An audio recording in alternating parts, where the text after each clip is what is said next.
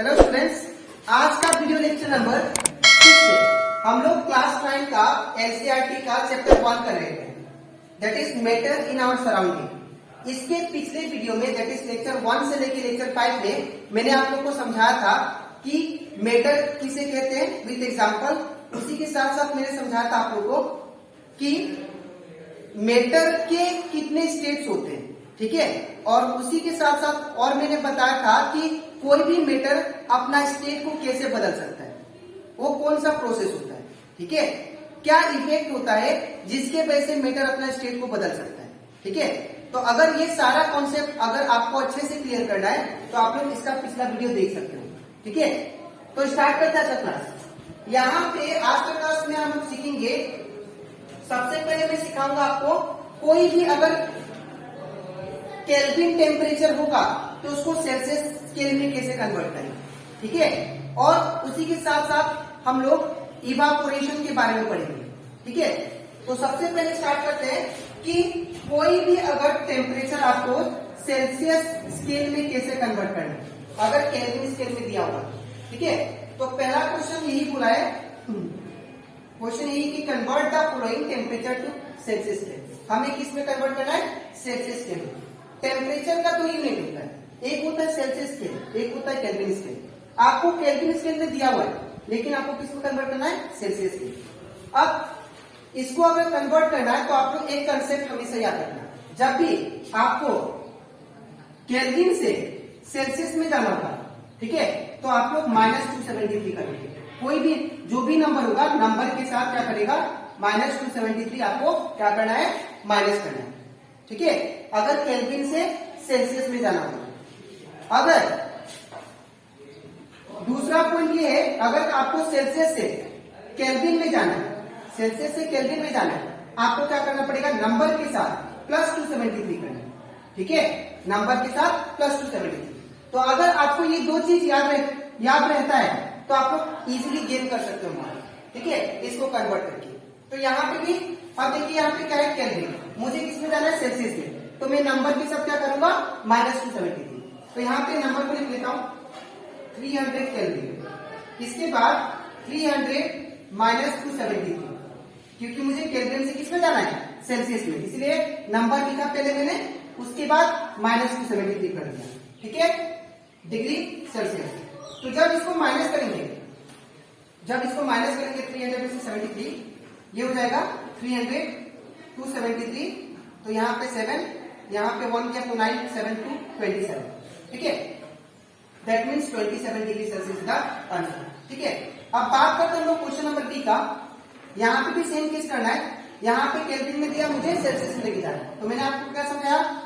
पहले जो भी क्वेश्चन दिया उसको लिख लेते हैं, उसके बाद उसमें से मुझे कितना माइनस करना है? -273,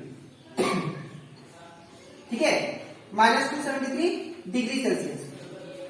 जब भी आप लोग माइनस के फॉर्म में लिख लोगे तो यहाँ पे आपको डिग्री सेल्सियस देना है, ठीक है।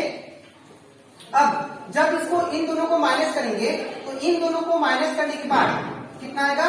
300 डिग्री सेल्सियस, ठीक है, 300 डिग्री सेल्सियस, ठीक है।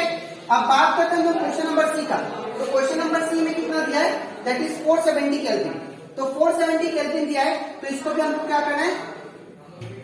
सेल्सियस में कन्वर्ट करना है। 470 केल्विन दिया, ठीक है। तो 470 केल्विन को लिख लिया मैंने, और इसको क्या करेंगे? 470 नंबर को लिख लिया मैंने, फिर माइनस कितना करना है? 273, ठीक है।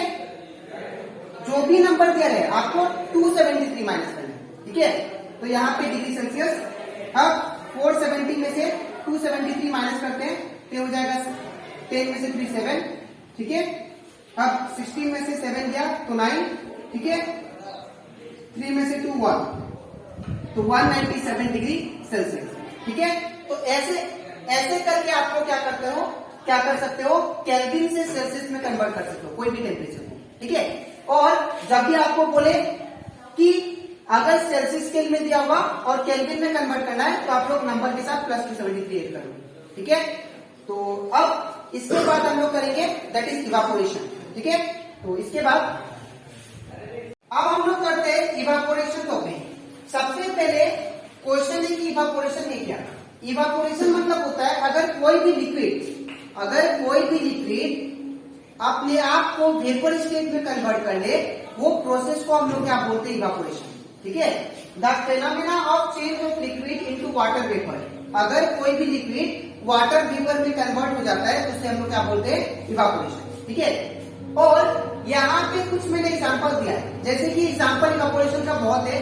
जब हम लोग वाटर को बॉईल करते हैं तो वाटर का बॉईल करते समय अगर ये सपोज वाटर हो गया, ठीक है, कंटेनर में, ये कंटेनर वाटर हो गया, इतना वाटर है सपोज, इतना क्वांटिटी में, तो जब इसको हम लोग टेम्परेचर नीचे से देते हैं, ठीक है, जब इसको नीचे से हम लोग टेम्परेचर देंगे तो याद रखिएगा धीरे धीरे क्या होगा, वाटर क्या होगा, बॉईल होना स्टार्ट हो जाएगा। और बॉईल होते ही ना यहाँ से आपको वेपर दिखाई दे। ठीक है, तो ये जो वाटर है वेपर में जो कन्वर्ट हो गया, ये जो प्रोसेस हुआ, इसी को हम लोग क्या बोलते हैं, इवापोरेशन। जब भी कोई लिक्विड या वाटर बोल सकते हैं, जब वो कन्वर्ट हो जाए किसमें, वेपर स्टेट में, वेपर स्टेट में, ठीक है ना, तो उस प्रोसेस को हम लोग क्या बोलेंगे, इवापोरेशन। ठीक है, evaporation. In the same way अगर हम लोग कपड़ा धो के, जब कपड़ा वॉश करके हम लोग टेरेस पे जाते हैं सुखाने के लिए, तो उस टाइम क्या होता है, जब उसको हम लोग रखते हैं, ठीक है, तो रखने के बाद वो क्या होगा, वाटर, सनलाइट जब उसके ऊपर पड़ता है तो जितना भी वाटर होता है क्लॉथ में, ठीक है ना, जो भी कपड़ा में वाटर होगा वो वाटर क्या होगा, इवापोरेट के थ्रू हो जाएगा। ठीक है, और जो क्लॉथ होगा वो क्या हो जाएगा, ड्राई हो जाएगा। तो वो भी किसका एग्जांपल हुआ, इवापोरेशन। जब भी आप नहा के आते हो, ठीक है, तो नहा के आने के बाद हम लोग का शरीर क्या होता है, गीला होता है, लेकिन हम लोग पंखा का सामने होने से क्या होता है, फैन के सामने हम लोग का बॉडी क्या हो जाता है, ड्राई हो जाता है। ऐसा क्यों, बिकॉज हमारे ऊपर जितना भी लिक्विड था वो क्या हुआ, इवापोरेट हो गया। ठीक है, और एक एग्जांपल देता हूं, जैसे कि अगर हम लोग कोई भी परफ्यूम मारे, तो परफ्यूम जब मारते हो आप लोग तो वहां से लिक्विड निकलता है, ठीक है ना, लिक्विड निकलता है, और वो लिक्विड फट से क्या हो जाता है, सूख जाता है। तो वो जो लिक्विड सूख गया वो किसके वजह से हुआ, इवापोरेशन प्रोसेस। ठीक है, तो इससे पता ये चलता है कि कोई भी अगर लिक्विड वेपर की स्टेट में कन्वर्ट हो जाए, उस प्रोसेस को हम लोग क्या बोलेंगे, दैट इज इवापोरेशन। ठीक है, तो जो मैंने आप लोग को एग्जांपल दिया वही यहाँ पे लिखा गया है। ठीक है, तो आप लोग इसको पॉज करके अच्छे से नोट डाउन कर सकते हैं। ठीक है, और अगर और मैं एग्जांपल दूं, देखना आप लोग, जब ठंडा का मौसम होता है, जब हम लोग कपड़ा धो के धूप के सामने रखते हैं तो उसमें से क्या निकलता है, वेपर निकलता है। आपको धूप के सामने वेपर निकलता हुआ दिखेगा। ठीक है, तो इसका मतलब क्या है, जो भी कपड़ा में लिक्विड था वो क्या हुआ, वेपर स्टेट में कन्वर्ट हुआ। ठीक है, इवन जब पहाड़ में आप लोग जाओगे तो जो प्लांट्स जो होते हैं उनमें जो वाटर होता है, जो वेस्ट वाटर होता है, वो क्या होता है, वेपर स्टेट में, वेपर के फॉर्म में क्या होता है, प्लांट्स उसमें से निकालता है। ठीक है, आप लोग को पूरा वहां पे फॉग जैसा दिखाई देगा। ठीक है, एक्चुअली वो क्या होता है, वाटर क्या होता है, वेपर स्टेट में कन्वर्ट होता है, जिसको हम लोग बोलते हैं ट्रांसपिरेशन प्रोसेस, जो कि प्लांट्स करता है। जब प्लांट्स वाटर को वेपर स्टेट में कन्वर्ट कर देता है तो उसको बोलेंगे हम लोग ट्रांसपिरेशन। ठीक है, लेकिन प्लांट से रिलेटेड जो भी लिक्विड अगर वाटर में कन्वर्ट हो जाए तो उसे क्या बोलेंगे, इवापोरेशन। ठीक है, अब बात करते हैं हम लोग व्हाट प्रोसेस इवापोरेशन, मतलब इवापोरेशन क्यों होता है, किसके वजह से होता है। तो ये इवापोरेशन किसके वजह से होता है, तो आप लोग को एक एग्जांपल के थ्रू समझना पड़ेगा। सपोज मैंने यहाँ पे एक कंटेनर लिया, अब कंटेनर में क्या किया, मैंने यहाँ पे लिक्विड ले लिया। ठीक है, यहाँ पे मैंने लिक्विड ले लिया, वाटर ले लिया, सपोज ये वाटर है। अब जैसे ही मैं वाटर, तो यहाँ पे मैंने लिक्विड लिया और लिक्विड के कंटेनर में अब मैं नीचे से इसको हीट प्रोवाइड कर रहा हूं। तो आप जैसे हीट प्रोवाइड करोगे ना, तो ये जो वाटर होंगे, वाटर के अंदर एनर्जी आ जाएगा। ठीक है, जिसको हम लोग बोलते हैं काइनेटिक एनर्जी। काइनेटिक एनर्जी मतलब ये क्या करेंगे, मूव करना स्टार्ट कर देंगे। जो भी ऑब्जेक्ट मूव करता है ना, तो उसके अंदर कौन सा एनर्जी होता है? Kinetic energy. ठीक है, तो ये क्या होंगे? इधर उधर मूव करना, रेंडमली मूव करना स्टार्ट कर देंगे इधर उधर। ठीक है, और मूव करने के बाद थोड़ा देर बाद इनके बीच में जो बॉन्ड होगा, जैसे वाटर H2O होता है फॉर्मूला। ठीक है, तो यहाँ पे O होता है और यहाँ पे H होगा और यहाँ पे H होगा। तो दैट मीन्स ये जो बॉन्ड होता है, ठीक है, जो ऑक्सीजन हाइड्रोजन को पकड़ के रखा है, हीट देने के बाद में ये क्या होगा? टूट जाएगा, ब्रेक हो जाएगा। ठीक है, और ब्रेक होने के बाद ये ऑक्सीजन क्या हो जाएगा? रिलीज हो जाएगा, दैट इज वेपर के फॉर्म। तो यहां पे इवापोरेशन कैसे हुआ?